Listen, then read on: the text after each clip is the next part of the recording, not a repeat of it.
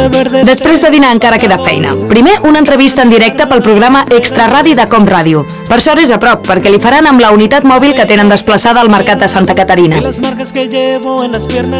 tarda, Miqui. Moltes tardes. Abans de parlar amb ell, però, jo vull parlar amb una persona que té al costat. La meva ombra, eh? Exacte, la seva ombra d'avui, que ens pot explicar tot el que ha fet en Miqui des de que s'ha aixecat.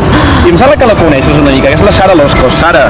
Hola, bona tarda, guapa. Hola, bona tarda. Com estàs? Gent del Loops està fent un reportatge d'un dia a la vida d'en Miqui Puig, ara que està de promo per això del disc nou de l'Impar, i la Sara, doncs, Durant l'entrevista apareixen unes fans madrilenyes del Miqui i ell es posa a firmar autògrafs sense cap problema.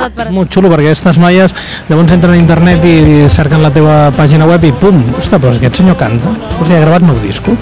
I és molt curiós, alguns fans de 16 a 17 anys són fills de gent que ha escoltat la meva música, i això també és supercuriós. Cada any quan fem el concert de Nadal, per exemple, ja comencen a haver-hi molts fans que venen amb els fills. Jo et volia preguntar com tu fas per aguantar tots els dies de promoció. Al matí és cafè amb llet i un entrepanet mini de pernil, molt petit. Ha de ser de pernil? Sí, perquè ja ho vaig començar. Després de l'entrevista per la ràdio, tornem a l'oficina.